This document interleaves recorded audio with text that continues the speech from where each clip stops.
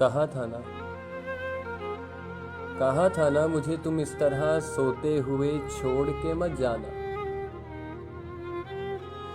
मुझे बेशक जगा देना, बता देना।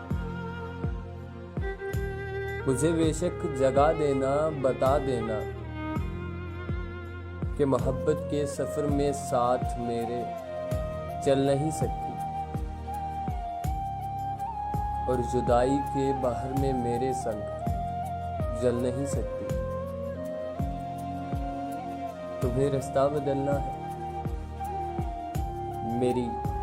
मेरी हद से निकलना है।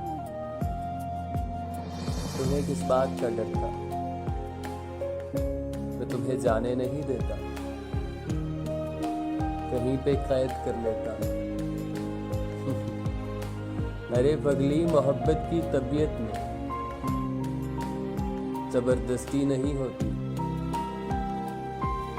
मोहब्बत की तबीयत में जबरदस्ती नहीं होती।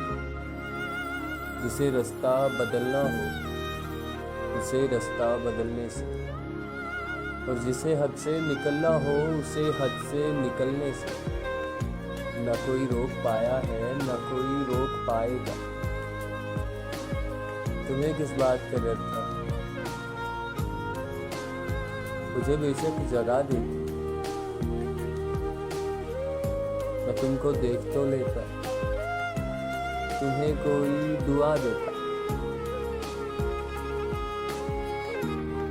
कम से कम झूठ तो ना होता।